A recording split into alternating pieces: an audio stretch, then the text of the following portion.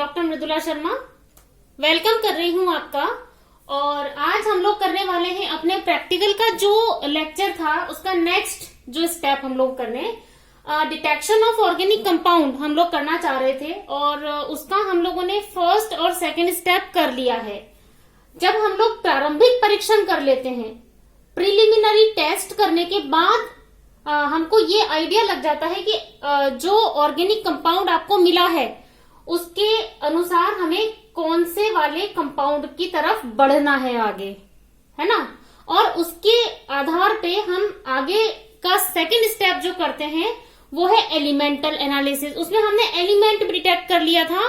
लेसाने solution के द्वारा nitrogen परीक्षण और अन्य तत्वों के परीक्षण हम करते हैं, जिसमें इंपॉर्टेंट है कि अगर आपके पास कंपाउंड में नाइट्रोजन परीक्षण का टेस्ट पॉजिटिव आया तो हमारे पास कैटेगरीज हैं कि हम आगे जो क्रियात्मक समूह उस कंपाउंड में होगा, किसी भी ऑर्गेनिक कंपाउंड की जो नेचर है वो उसमें प्रेजेंट फंक्शनल ग्रुप से ही आइडेंटिफाई हो पाती है बच्चों। तो हमारा जो नेक्स्ट वर्क है वो क्या है, हम उसमें फंक्शनल ग्रुप का टेस्ट लगाएंगे अब कि हम कौन सा फंक्शनल ग्रुप टेस्ट करें, है ना। अब फंक्शनल ग्रुप का आइडेंटिफिकेशन करने के लिए जो हम लोगों ने एलिमेंट डिटेक्शन किया है ना, जो हमने लेसाने विलेन बना के तत्वों के परीक्षण करें, उसमें हमारे पास दो कैटेगरीज आ जाती हैं। एक तो कौन सी कैटेगरी है जिसमें कि नाइट्रोजन प्रेजेंट है, एक तो ये कैटेगरी आ जाती है, और दूसरी कैटेगरी है जिसमें कि नाइट्रोजन एब्सेंट आती है। इस तरह के जो फंक्शनल ग्रुप होंगे वो कौन कौन से होंगे जिसके हमें टेस्ट लगाने हैं बच्चों को। देखो, वो ग्रुप्स जिसमें कि नाइट्रोजन प्रेजेंट होती है वो आपको जो लगाने हैं उसमें आपका आता है एमिनो ग्रुप, नाइट्रो ग्रुप या एमिडो ग्रुप। ठीक है, एमिनो ग्रुप, नाइट्रो ग्रुप और एमिडो ग्रुप। ठीक है, समटाइम्स हम इसमें एनिलाइट्स का भी टेस्ट करते हैं जिसमें कि RNHCOR ग्रुप हो सकता है, मतलब ये एनिलाइट्स कहलाते हैं। अगर हमारे पास नाइट्रोजन उपस्थित है उस दिए गए ऑर्गेनिक कंपाउंड में तो हम उनको इसी तरीके से टेस्ट करते हैं। ठीक है, अब हमारे को यदि नाइट्रोजन एब्सेंट दिखाई दे रहा है उस ऑर्गेनिक कंपाउंड में तो एक्चुअली देखो बच्चों, हमारे को बहुत जरूरी हो जाता है कि जब ऑर्गेनिक कंपाउंड का हमें डिटेक्शन करना है तो इट इज वेरी इंपॉर्टेंट, है ना।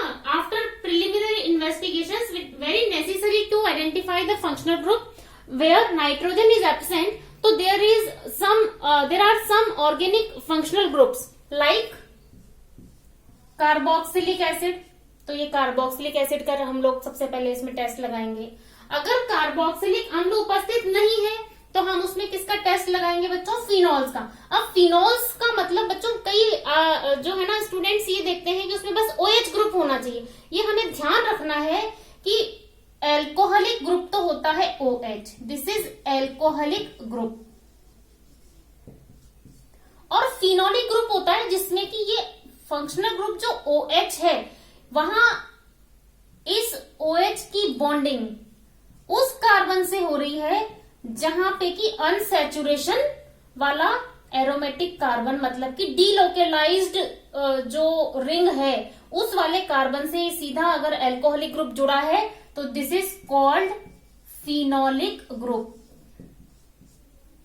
और अगर OH ग्रुप हमारा सैचुरेटेड कार्बन से जुड़े हुए हैं, अगर ये संतृप्त कार्बन से जुड़ा हुआ होगा तो वो अल्कोहल होगा। और क्योंकि फिनोल्स हमारे अनसैचुरेटेड वाला जो कार्बन है जिसमें कि डीलोकेलाइजेशन हमें मिलता है रिंग में फर्दर, इनका एक कैरेक्टरिस्टिक स्मेल होता है, इनकी गंध बहुत चारित्रिक होती है। आप उसको दूर से ही स्मेल करके पहचान जाएंगे कि इसमें फिनोलिक कोई ग्रुप है। फिनोलिक का मतलब फिनोल नहीं है, फिनोलिक फंक्शनल ग्रुप है। हो सकता है उसका फर्स्ट कंपाउंड फिनोल हो सकता है नेफ्थोल में अल्फा नेफ्थोल या बीटा नेफ्थोल हो, मतलब फिनोलिक उसके अंदर फंक्शनल ग्रुप होगा।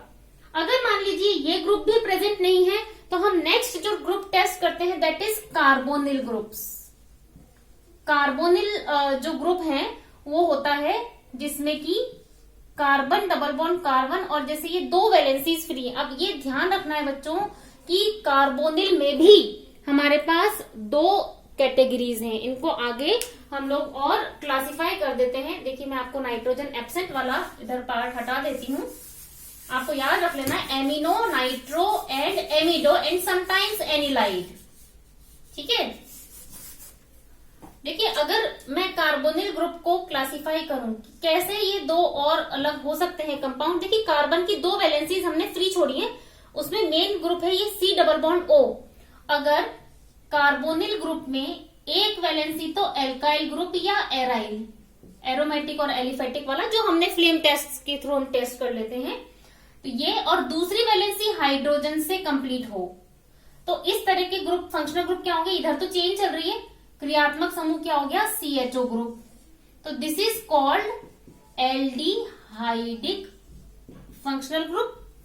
और अगर इस कार्बोनिल ग्रुप के दोनों ही वैलेंसीज को हम एल्किल चेन या एराइल चेन से कंप्लीट कर दें तो होगा क्या, दोनों ही साइड कोई हाइड्रोजन से सैचुरेशन नहीं है, एल्काइल चेन है, तो उसके अंदर ये जो कीटोनिक ग्रुप कहलाता है ये, अगर उसमें कार्बन डबल बॉन्ड ऑक्सीजन है तो this is called ketonic functional group. तो आप लोगों को इस बात से कंफ्यूज नहीं होना है कि कार्बोनिल में हम एक्सप्रेस उसको CO से करते हैं, बट जरूरी नहीं है उसमें ऑलवेज कीटोनिक ग्रुप ही हो, उसमें एल्डिहाइडिक भी हो सकता है और उसमें कीटोनिक भी हो सकता है। इसका भी डिफरेंशिएशन होता है डिफरेंट रिएजेंट्स के थ्रू। वो अभिकर्मक कौन से होंगे वो हम लोग अभी आने वाले लेक्चर्स में हम बताएंगे। अभी हम लोग ये कर रहे हैं कि अगर नाइट्रोजन एब्सेंट है ना फंक्शनल ग्रुप में, तो कौन कौन से ग्रुप्स का हमको टेस्ट करना होगा। अगर कार्बोनिल का टेस्ट हम लोगों ने लगाया, उसमें कार्बोनिल प्रेजेंट आता है, तो हम उसमें पहले डिफरेंशिएशन करेंगे एल्डिहाइड्स और कीटोन्स का। अगर ये भी उसमें प्रेजेंट नहीं है तो हम क्या टेस्ट लगाएंगे आगे, देखिए इसके बाद फर्दर जो होंगे टेस्ट हमारे पास वो होंगे एस्टर्स। अब एस्टर्स को हम कैसे रिप्रेजेंट करते हैं, जिसमें कि C डबल बॉन्ड O, एक ऑक्सीजन, एक एंड जो कि फंक्शनल ग्रुप वाला है ना वो भी एल्काइल से जुड़ा हुआ हो, और इधर जो भी चेन है वो एरोमेटिक या aliphatic, means here 1 valency is free कि वो एरोमेटिक और एराइल चेन चल रही है, बाकी COOR, this is called ester. तो इस फंक्शनल ग्रुप का हम लोग नेक्स्ट टेस्ट करेंगे। अगर ये प्रेजेंट, इसकी भी बच्चों आप लोग देखोगे, इसकी मैंने आपको बताया था कि अगर अपन फ्रूट्स काट के रख दें तो उसके अंदर किस तरह की स्मेल ऑर्डर कैसी आती है, आपको पता है, मीठी मीठी सी, वो ड्यू टू एस्टर्स ही आती है। तो आप पहचान पाएंगे कि वो प्लीजेंट स्मेल है, वो प्रिय गंध है, तो उसमें एस्टर का आप लोग टेस्ट लगाओगे। अगर ये भी ना हो तो हम लोग नेक्स्ट टेस्ट जो करेंगे that is ether. Ether group क्या होता है, जिसमें कि ऑक्सीजन ओनली प्रेजेंट है और दोनों साइड एल्काइल या एराइल चेन हो सकती है। तो यहां पर हम नेक्स्ट जो टेस्ट लगाएंगे वो ईथर का टेस्ट लगाएंगे। अगर मान लीजिए आपको ये सारे फंक्शनल ग्रुप नहीं मिलते हैं तो एक हमको जो टेस्ट लगाना होगा वो होगा किसका, कार्बोहाइड्रेट्स का। कार्बोहाइड्रेट्स, अब कार्बोहाइड्रेट्स भी अलग अलग होते हैं बच्चों, जिसमें कि अगर अपना रिड्यूसिंग शुगर्स हो सकती है, नॉन रिड्यूसिंग शुगर्स हो सकती हैं। उसके अंदर अगर टर्मिनस पे CHO है कि वो सेकेंड कार्बन पे कार्बोनिल है, तो आपको ये पता लगाना होगा इसके अंदर कौन सा वाला कार्बोहाइड्रेट प्रेजेंट होगा। तो नेक्स्ट हमें जो टेस्ट लगाना है वो कार्बोहाइड्रेट्स का। मान लीजिए कि जो ऑर्गेनिक कंपाउंड मिला है उस ऑर्गेनिक कंपाउंड को मैंने आपको बताया था बच्चों, कार्बन चेन है और उसमें जो भी अदर ग्रुप्स जुड़े हुए हैं other than carbon and hydrogen hetero atom के साथ, दैट इज फंक्शनल ग्रुप, और पूरी कार्बन चेन की प्रॉपर्टीज इस पे डिपेंड कर रही थी। अगर मान लीजिए किसी ग्रुप में किसी ऑर्गेनिक कंपाउंड में ये ग्रुप ही नहीं जुड़ा हुआ है, सारी की सारी केवल कार्बन है और उसके सैचुरेशन हाइड्रोजन से हो रखा है, तो दैट इज कॉल्ड हाइड्रोकार्बन, है ना। तो हम क्या करेंगे, किसी भी फंक्शनल ग्रुप का टेस्ट नहीं होगा, तो हमको हाइड्रोकार्बन चेन का टेस्ट करना होगा कि उसके अंदर हो सकता है कोई ग्रुप ही ना हो, वो हाइड्रोकार्बन ही हो। तो ये जो हमारे पास एक समरी निकल के आ रही है कि हमें नाइट्रोजन कंटेनिंग और नाइट्रोजन एब्सेंट जिसमें ग्रुप्स हैं उनको अगर टेस्ट लगाना है तो हम लोग कौन कौन से ग्रुप्स का टेस्ट लगाएंगे। तो देखिए एक ब्रीफ में आपका लिख रही हूं, नाइट्रोजन एब्सेंट वालों का। नाइट्रोजन अगर एब्सेंट है तो सबसे पहले कार्बोक्सिलिक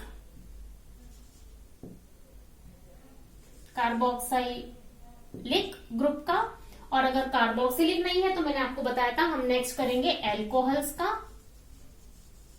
अगर एल्कोहल आपने जो प्रारंभिक परीक्षण करें उससे पता चलता है कि एरोमेटिक है तो हम एल्कोहल ना लगा के फिनोलिक ग्रुप का टेस्ट करेंगे।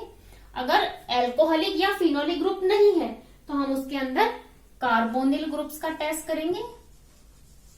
कार्बोनिल में एल्डिहाइड्स या कीटोन्स कौन से ग्रुप्स हैं इनका हम डिफ्रेंसिएशन करेंगे।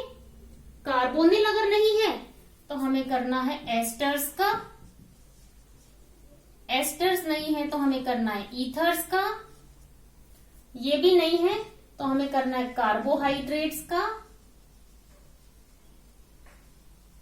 और फाइनली हो सकता है ये कोई सा भी क्रियात्मक समूह नहीं है तो वो नॉर्मल हाइड्रोकार्बन चेन हो सकती है। ये टेस्ट हमें करने हैं नाइट्रोजन अगर एब्सेंट है तो कौन कौन से ग्रुप्स हो सकते हैं। तो देखो इनके आपको आधे से ज्यादा आइडिया हो जाता है जब हम लोग प्राइमरी परीक्षण कर लेते हैं। तो इसके बाद जैसे हमने जो भी टेस्ट हमको लग रहा है आपको जो कंपाउंड दिया गया है उसके अनुसार आपको अगर पता चलता है कि ये हो सकता है तो हम नेक्स्ट जो स्टेप करेंगे ना, देखिए कंपाउंड का आइडिया हमें हमेशा कब लगेगा जब हम उसका मेल्टिंग पॉइंट, यदि सॉलिड आपको कंपाउंड मिला है ठोस तो उसके ऑलवेज मेल्टिंग पॉइंट्स होंगे, और अगर लिक्विड मिला है तो ऑलवेज उनमें हम बॉइलिंग पॉइंट निकालेंगे। तो फंक्शनल ग्रुप जैसे ही आप निकाल लोगे तो हमारे नेक्स्ट स्टेप होगी सबसे पहले कंपाउंड का कंफर्मेशन हमें होता ही या तो मेल्टिंग पॉइंट या in the case of liquids boiling point ही होता है। तो हम सबसे पहले इन दोनों का ही टेस्ट करेंगे। और मेल्टिंग पॉइंट हम कैसे निकालते हैं, बाय थीलेस ट्यूब, और बॉइलिंग पॉइंट निकालते हैं बॉइलिंग ट्यूब के अंदर अपना जो भी लिक्विड मिला है उसके अंदर थर्मामीटर से हीटिंग करते हैं। ये थीलेस ट्यूब भी हमारे पास मेल्टिंग पॉइंट की होती है। जैसे ही आपको मेल्टिंग पॉइंट होगी, हर सब्सटेंस का मेल्टिंग पॉइंट और बॉइलिंग पॉइंट फिक्स है, तो आप क्या करोगे, सारे रिजल्ट्स को कंबाइन कर दोगे। प्रिलिमिनरी से तो आपको आधे तो आइडिया वैसे ही हो जाएगा, ठोस मिला है, कलर कैसा है, ऑर्डर कैसी है, सॉलिबिलिटी, एसिडिक, बेसिक, फिर फंक्शनल ग्रुप और मेल्टिंग पॉइंट, तो आपका कंपाउंड का idea most of the components में निकल के आ जाएगा। और फिर आप उसी कंपाउंड का कंफर्मेटरी टेस्ट लगाओगे कि इस वाले कंपाउंड का मेल्टिंग पॉइंट या बॉइलिंग पॉइंट इतना था, तो शायद हमारे अकॉर्डिंग टू कंपाउंड जो हमें मिला है उनके प्रारंभिक परीक्षण के अनुसार ये हो सकता है। तो हम टेस्ट उसका लगाएंगे और जो भी कंपाउंड हमारा मिलता है हम उसका कंपाउंड का टेस्ट अगर प्रेजेंट आता है तो वो कंफर्मेटरी हम एक और, क्योंकि फर्स्ट टेस्ट हमेशा हमारा आइडिया वाला होता है कि शायद ये हो सकता है, मे बी दिस कंपाउंड, और फिर हम कंफर्मेटरी लगाते हैं। जब वो कंपाउंड कंफर्मेशन आ जाता है तो हम उस कंपाउंड का लास्ट में फाइनली डेरिवेटिव प्रिपेयर करते हैं। डेरिवेटिव की भी अलग प्रोसेसेस है, हर कंपाउंड के डेरिवेटिव हमें बनाने होते हैं, वो हम अपन लोग आगे वाले नेक्स्ट लेक्चर में करने वाले हैं। तो बच्चों ये हमारा यहाँ पे जाकर के एक कंपाउंड हम ऑर्गेनिक का कैसे आइडेंटिफाई करें जाके कंप्लीट होता है। तो आपको जब भी किसी भी क्लास में, चाहे first year, second year, third year, previous, final, 11, 12, कहीं पर भी कंपाउंड मिलेगा तो आपको यही ट्रिक्स लगानी है। और सबसे इंपॉर्टेंट जो मैंने आपको यहाँ पर भी लिख करके दिया है, एक तो ये स्टेप है जिसमें आप प्रारंभिक परीक्षण और एलिमेंटल टेस्ट करते हो, और लास्ट में है मेल्टिंग एंड बॉइलिंग पॉइंट। बहुत कुछ आपका आइडिया वहीं से क्लियर हो जाता है। तो बच्चों अगर आपको मेरा ये लेक्चर पसंद आया हो तो आप इसको लाइक जरूर कीजिएगा, और सब्सक्राइब का बटन दिया गया है, सब्सक्राइब जरूर कीजिएगा। थैंक यू सो मच बच्चों।